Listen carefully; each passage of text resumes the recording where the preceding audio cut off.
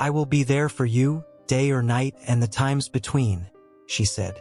That raised an eyebrow, but not my suspicions. I had blindly loved Abigail Thorpe for 6 years. At the time, her peculiar wedding vows seemed endearing. She was only adding a little sprinkle and spice to the ceremony, as she did with all things. That was what I naively believed. Richer or poorer, in sickness and in health. Abigail continued. Glued or unglued. My second eyebrow raised, leveling with the first. "I will protect you," my fiancé said. "You will be safeguarded during your resting hours.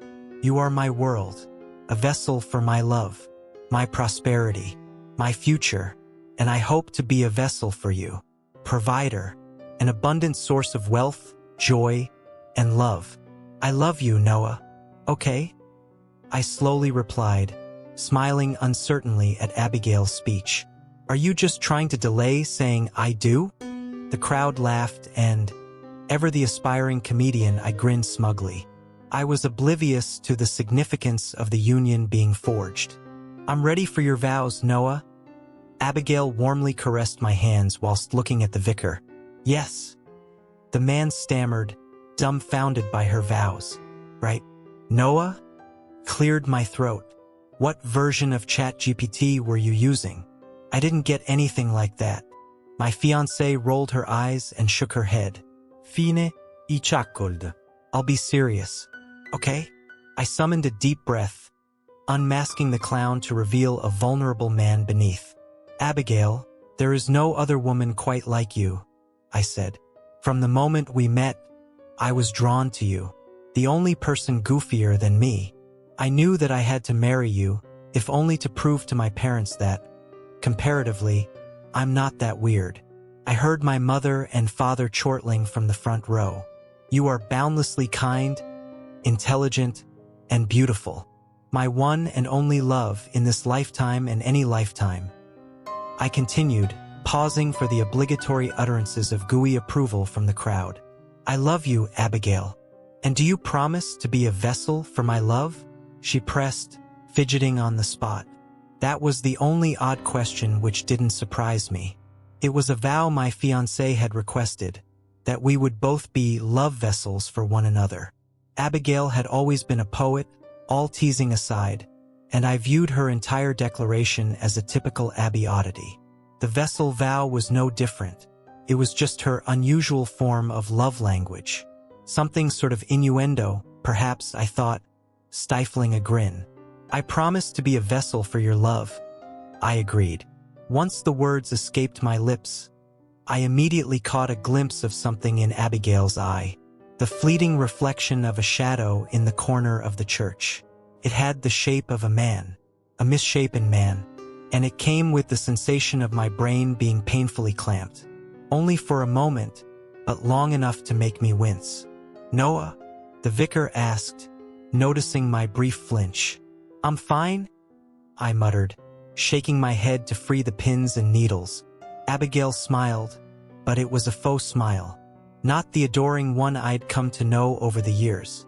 "It is time for the declaration of intent. Do you, Noah Chapman, take Abigail Thorpe to be your lawfully wedded wife?" the vicar asked. "I do," I said, I twitching as I wrestled with what felt like ethereal fingernails digging into my skull.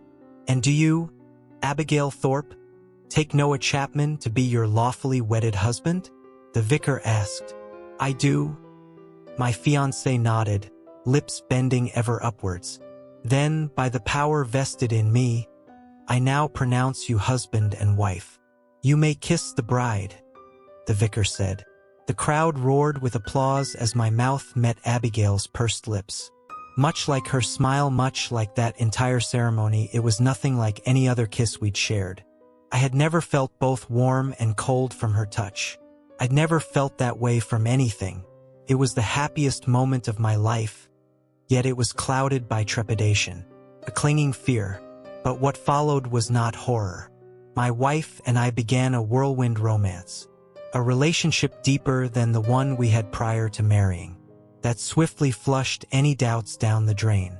The slight blip on our wedding day must have been jitters. That was what I chose to believe. A cliché, but one that made the most sense. The first bump in the road came a month down the line. The topic of our living situation arose for the 100th time. From her late parents, Abigail inherited the family home and a sizable plot of land. She wanted us to move there. Understandable, of course. However, I resented the idea of her relatives viewing me as a gold digger. Her great-aunt once made a chastising remark that stuck with me. "Everybody knows the Thorpe name," she huffed to Abigail. "I've got my eye on you, Chapman." The implication infuriated me. I was already financially stable before meeting Abigail. I worked as a senior software engineer. I didn't need the Thorpe fortune. "The house is yours," I told my wife. "Do what you want with it, but don't feel that you have to include me. It's your inheritance. I'd rather not move into that place." Abigail groaned. "Stop being so stubborn, Noah. It's not a handout. Okay, we're married. What's mine is yours." "Well, what about Chris?" I pointed out.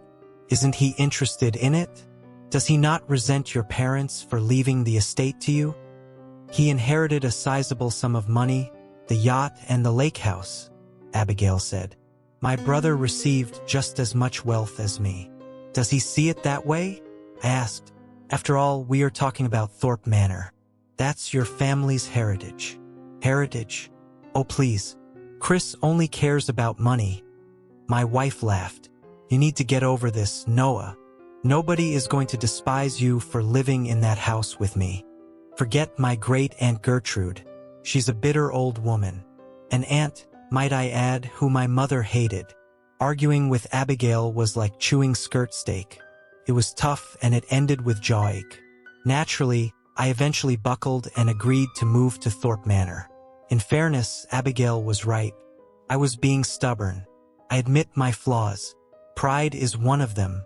In truth, I did want to move there. The property was one of unbeatable splendor, and I was secretly jubilant at the prospect of living in a manor. Marital bliss resumed. All seemed well for the following few months. Better than ever before, as I said. I forgot all about the argument and the strangeness of our wedding day. And then came the migraines. Much like the day of the ceremony, electric shocks filled my head. Brain zaps.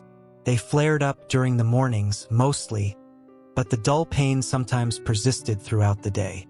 And there were other health issues. No matter how much I slept, I was perpetually fatigued, hazy-brained, living life on standby mode.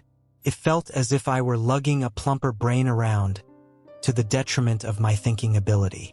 And that was strange, as I'd never been the type to feel excessively tired. I was a night owl, but suddenly, I seemed unable to stay awake past 10 in the evening. And nothing noticeable in my lifestyle had changed. "Are you okay, sweetie?" Abigail asked. I sighed heavily. I feel tired." My wife finished. "Lie down for a little while, honey. I'll cook dinner tonight." "No, I said I'd do it." "Don't you have to prepare for that presentation in the morning?" I asked. But Abigail shushed me, and I thanked her, giving her a tight squeeze.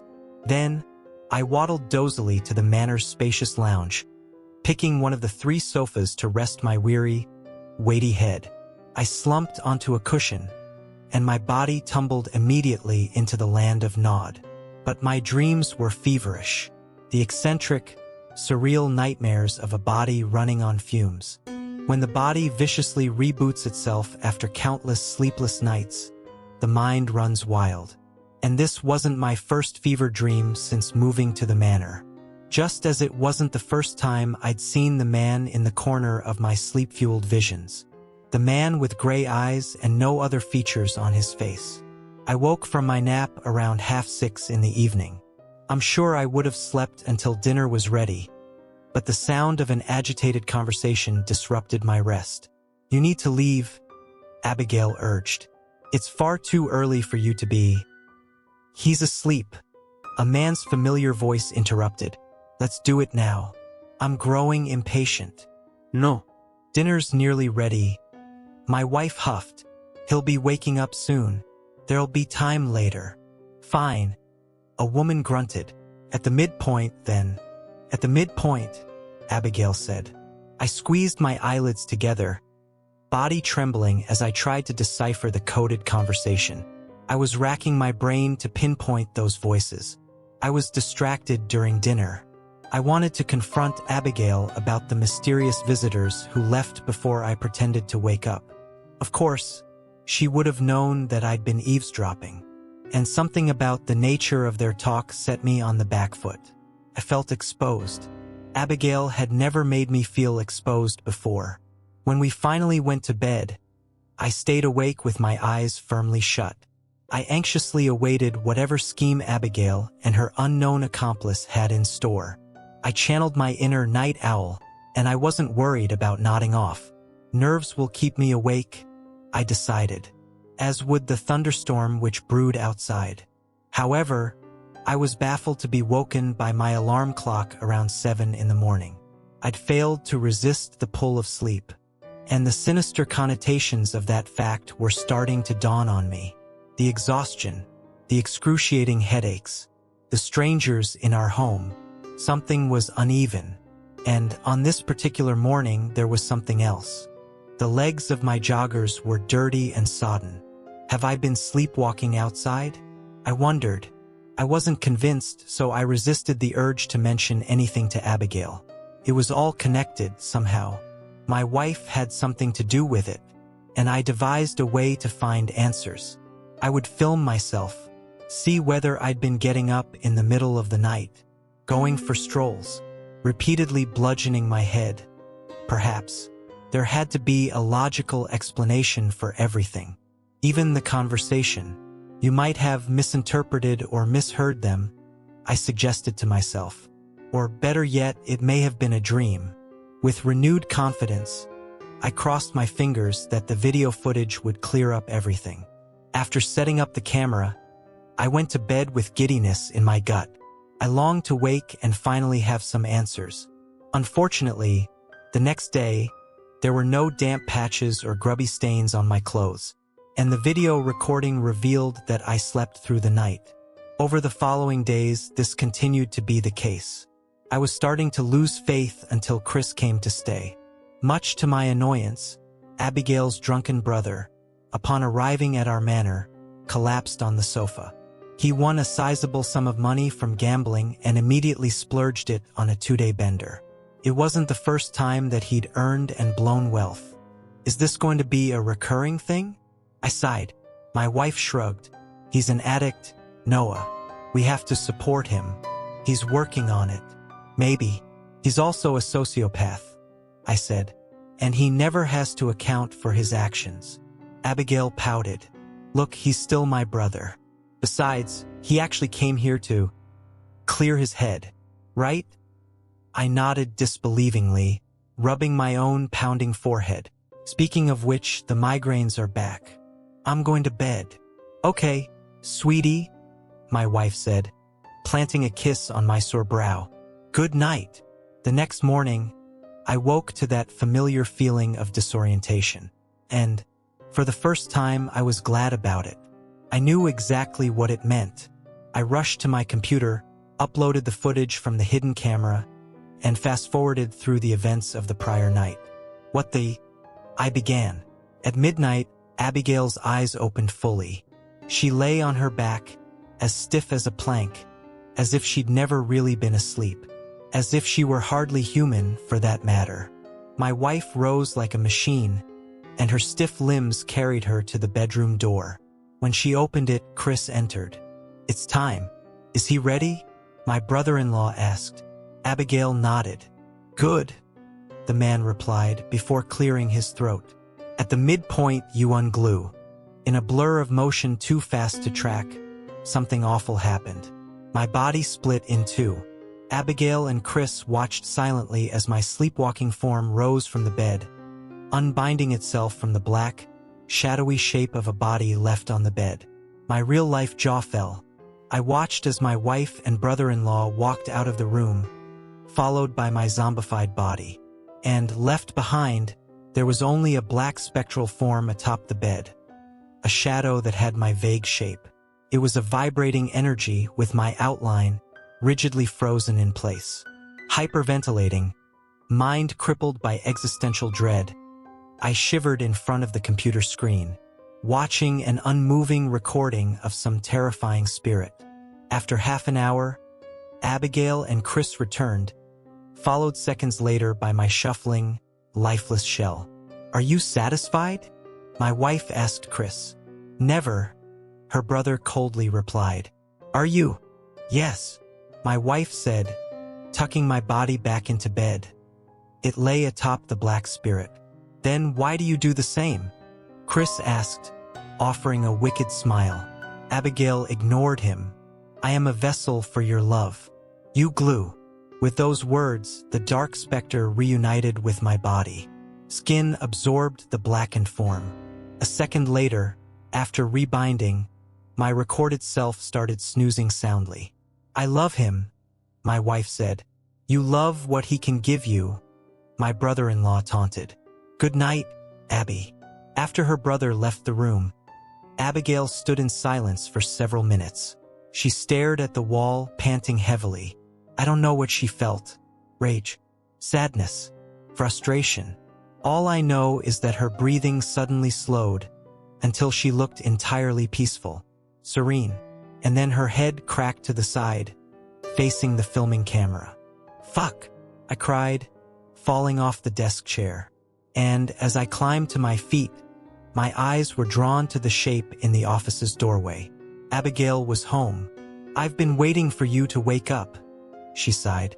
"Noah, I can explain." "What the fuck, Abigail?" I screamed.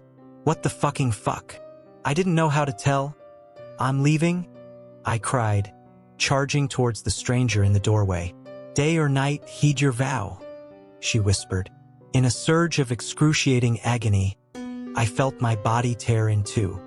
I gasped fearfully, and an unthinkable question spilled out of my mouth. "Would you make a deal with me?" The terrifying being finally stopped taking strides towards me. He surveyed me with great interest, crinkling his featureless face in a way that almost had the appearance of a direful smile. "You have never asked that before, Noah Chapman," it replied. "What manner of deal?" I stammered, searching for the words. "I want freedom from the Thorpes, freedom from you, this place, all of it." "And in return?" it asked. "If not your body, I require something else." I gulped. "I don't have the stomach to sacrifice another human to you, even a cruel one." "Oakwood," Temnor said. I paused. "Oakwood." "Yes," it continued. "The Thorpes denied my request. I do not need much, just a taste." "Why?" I cautiously asked. "It will unbind me from my prison," Temnor said. "And they do not wish to unbind me. They need me, endlessly, again and again, for all of their selfish desires." "I won't imprison you," I replied. "I only need one thing from you." "We need the same thing, it seems," Temnor noted. "Freedom." Such sickly poetry. "I am curious, however. Why haven't you ever fetched Oakwood for yourself?" I asked. "You've used my body as a vessel to leave your hovel on numerous occasions. I am bound by rules." The being hissed. "Do we have a deal, Noah Chapman?" "Yes." "Won't I forget this?" I asked. "As we speak, Abigail's taking my body to the lake." "Yes," Temnor said. "I sense her nearing. I shall have to leave this purgatory. And, as she always does, she will ask that I make you forget. Will you bring me the Oakwood if I lie?" I shuddered and nodded. "By the midpoint?" Continued. I nodded again. "Very well," Temnor growled. "I will ensure that you remember." I screamed as my soul was swept away by a swirl of blackness, in which the horrifying entity merged with its surroundings. After an eternal plummet, I felt grounded, physical, real, and I realized that the blackness was, in fact, the inside of my eyelids. When I opened them, my soul had returned to its body. I was back in the real world, lying in bed, in the real time, not the one between. "Good morning, peppy voice called, startling me. I turned to face the ensuite door, and my wife was beaming at me with a toothbrush in her mouth. She asked Temnor to wipe my mind, and I had to play along with that notion. Took tremendous willpower, but I smiled. Morning, I croakily replied. Well, afternoon, actually. My wife chuckled. How's your head feeling? Better. Now you've slept it off. Strangely, I did feel better. I wondered whether Temnor's induced amnesia had been giving me the migraines. I also realized that it was the same day. Hours had passed, but Abigail was simply pretending nothing had happened. And when I looked to the hiding spot on a nearby shelf, I noticed my camera wasn't there. She asked him to make me forget about filming myself too, I realized. What do you want to do today? Abigail asked. It's the weekend at long last. Yeah. Well, firstly, I'm going to take my morning walk. I quickly responded. My wife frowned slightly, but her face quickly eased, and she nodded. Fortunately, I did like to stroll around the property every morning, so there was nothing out of the ordinary about that. What had clearly aroused suspicion was the fact that my voice had been filled with such urgency. Before Abigail had the opportunity to piece anything together, I was already out of the house, and I beelined straight for the car. I knew of a nearby road lined with oak trees, and all Temnor needed was a sliver of wood. The smallest amount, and he would be free. I would be free. And as I pulled down the driveway, I took a quick glance in my rearview mirror. Abigail was standing on the front steps. Shit, I whispered, flooring the pedal. She knew I was lying. She could read my face, and I knew that she was smart enough to figure out what that meant. But it was fine. I got away. In fact, I shouldn't ever return, I thought. She can't have my body if I run. She can. Temnor's unmistakable voice whispered, wherever you go, she can summon your vessel at the midpoint. I shrieked fearfully at the sudden sound in my head, and my eyes were drawn to the property's passing lake. It lay just beyond a small cluster of trees, the small forest, and my body drained of all warmth when I spotted a lurking shape in the pines. Long-limbed, gray-eyed, and not quite human. Casting my eyes back to the road, I floored the accelerator and slipped through the manor's main gates. As I drove along the road of trees I had in mind, my mind raced with the possibilities of what my treacherous wife might be doing to reclaim control of my body. After mounting a grassy bank at the foot of some oaks, I retrieved a penknife from the glove compartment.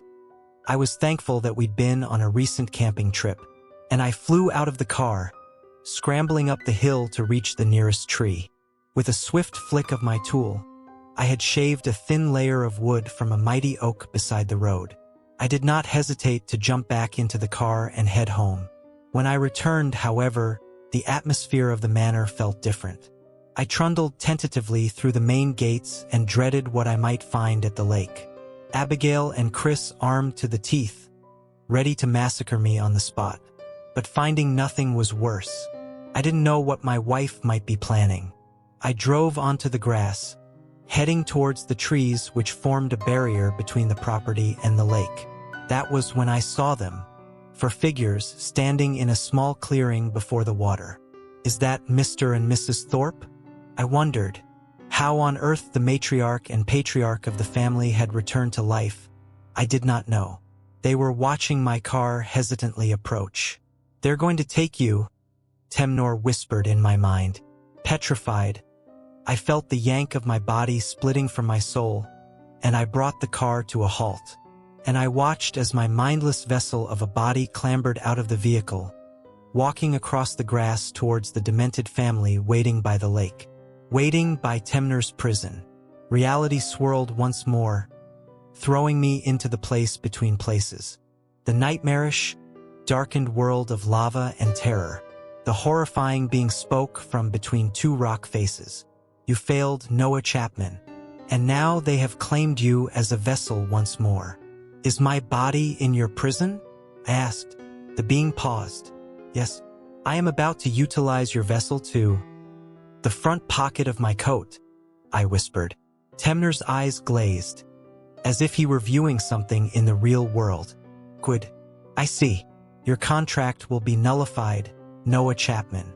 By the power vested in me, I unbind you from Abigail Chapman. I unbind you from the Thorpes. As the world around me collapsed, so too did my spirit. It stretched into the endless abyss of blackness above me, and I woke on my knees in a dirt clearing by the lake, surrounded by a small cluster of trees that the Thorpes called a forest. Beneath me, there lay a downward, muddy slope concealed by shrubbery and trees, the place that had been Temner's jail for an untold length of time. Before me, I saw the line which marked the edge of his domain, but I was within it. No soul can step within my prison, but I wasn't burning alive. I could tread across his land. It was no longer his prison. I had freed him. I ran through the trees, ignoring the early evening sun that slipped behind the Thorpe Manor. I was free spiritually, but I had freed myself of that wretched family physically. I jumped in my car, still sitting with an open driver's door on the grass. But it wasn't the only car around. 100 yards towards the house, Chris' Ford GT was crumpled like paper in the front wall of Thorpe Manor. I wanted to escape, but I had to know, had to be certain. I drove back to the property, getting out of the vehicle and lighting my way with a phone torch. And there, sitting in a bloody mess behind the wheel, was Abigail's baby brother. Chris Thorpe was flattened like a revolting omelet between the mangled seat and the bonnet. What was left of the bonnet? His beloved car, one of the gifts Temnor had no doubt given. Shaking, I found my feet moving towards the front door. I entered the well-lit property on janky legs and found a scene of utter chaos. Overturned furnishings, scratched walls, and demolished decor. In the living room, I found two people I never expected to see again. Two people I scarcely believed I'd seen earlier. Miranda and Harold, the late Thorpe parents. They had, once more, become lifeless corpses. Harold lay on his back, belly bulging and eyes bloodshot. Gold medallions were spilling out of his mouth. As I leaned more closely, eyeing the edge of particularly blood-stained right eye, I caught sight of what seemed to be a rotund shape squeezing into his eye socket. His entire body had been filled to the brim with coins, the wealth he no doubt acquired through sordid means. And Miranda lay beside him, her body compressed into a gut-spilling mess. She had been constricted by the lavish dress she wore, a dress stained red and somehow not torn at the seams. It had torn her at the seams. Abigail, I muttered. She was the real reason I returned. In spite of the horror she and her family had inflicted upon me, I still loved the woman. I still had to know what became of her. Temnor had slaughtered the others. I knew he wouldn't have spared her, and when I reached our upstairs bedroom, my suspicions were confirmed. However, the scene was not what I expected. My wife was still alive, but horribly so. In our bed, Abigail lay in a wheezing state. She had aged beyond the years of any mortal being, aged beyond comprehension, to the extent that it seemed cruel for Temnor to keep her alive. A punishment worse than anything the others had experienced. Noah, my wife whispered, struggling to breathe with withered lungs in a crumbling body. When I walked to Abigail's bedside, I was scarcely brave enough to touch her, fearing that she might become an ashy mound in my fingers. Why did you do this? I asked. My wife tearfully mumbled. I didn't wish for cruel things, Noah. You have to. You did a monstrous thing to me. I interrupted. You stole my body, my soul, made me a pawn that you could throw into the lion's den. Money that Dad spent poorly, pretty things that turned Mum cold and callous, successful investments that Chris squandered on hedonism and cruelty to others. She coughed. But I only wanted to bring them back, Mum and Dad. And then I wanted you to love forever. I wanted us to be together forever. Wanted you to love me unconditionally. I was greedy too. This is his punishment. Killing me with age and heartbreak. That's a lot of wants, Abigail, I whispered bitterly. And they came at the expense of me. No, it wasn't going to hurt you, Abigail whispered, eyes fading. Look what it did to all of you, I said. I only pray it upholds its end of the bargain. My wife's eyes widened. What did you say? Bargain. Did you strike a deal with Temnor?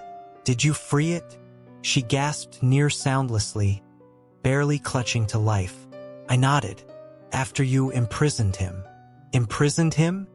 Abigail shuddered. Is that what he told you? We found him, Noah, locked away in the hovel. Somebody put him there long ago. For good reason. You, somebody else. I don't really care, Abigail. I sighed. This was the only way to free myself. My wife produced a single tear, all she had left to give. May something have mercy on your soul, Noah, for there is certainly no God left. This is Temnor's domain now. As my wife faded into the pit of emptiness we all find at the end of the road, I reflected on her dying words. What use would there be in lying to me? Over the many weeks following her death, I keep wondering what she meant. Should I not have freed Temnor? I know what he craved within his prison. What does he crave beyond it?